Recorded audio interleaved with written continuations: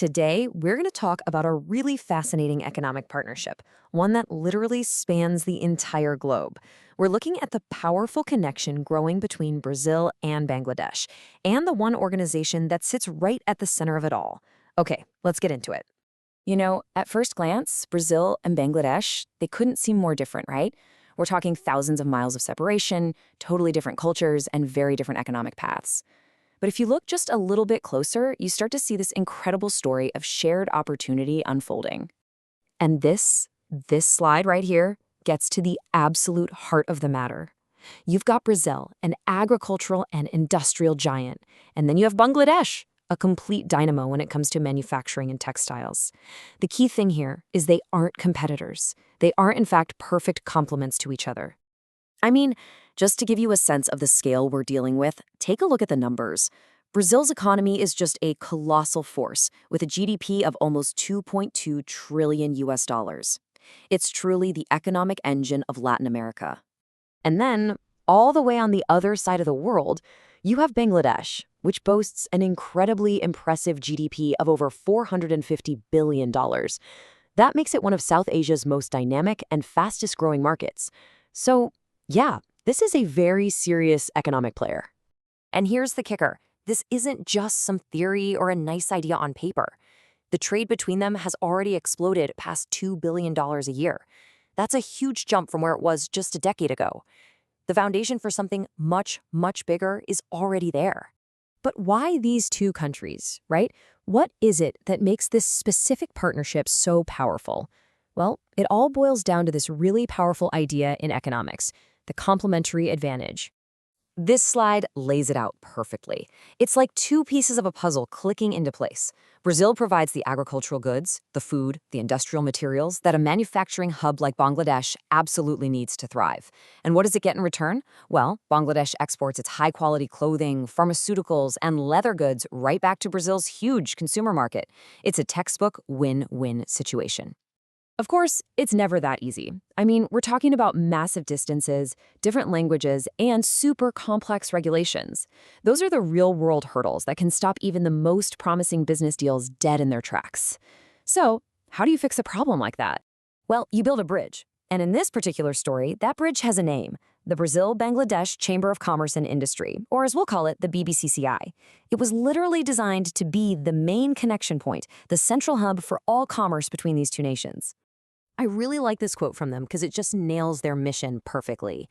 The BBCI isn't just some networking club. Think of it more like a piece of strategic infrastructure, a bridge that's been carefully engineered to make sure those connections happen and that they happen smoothly.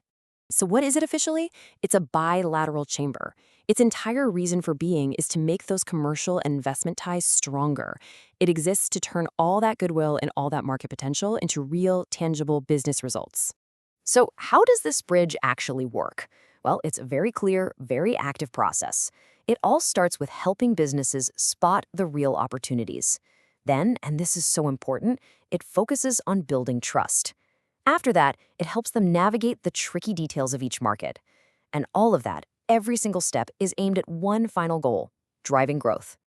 Okay, so let's get practical. Let's say you're a business and you want to get in on this. What does the BBCII actually do for you?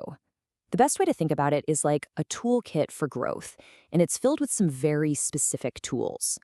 First up, and probably the most important thing, is building connections.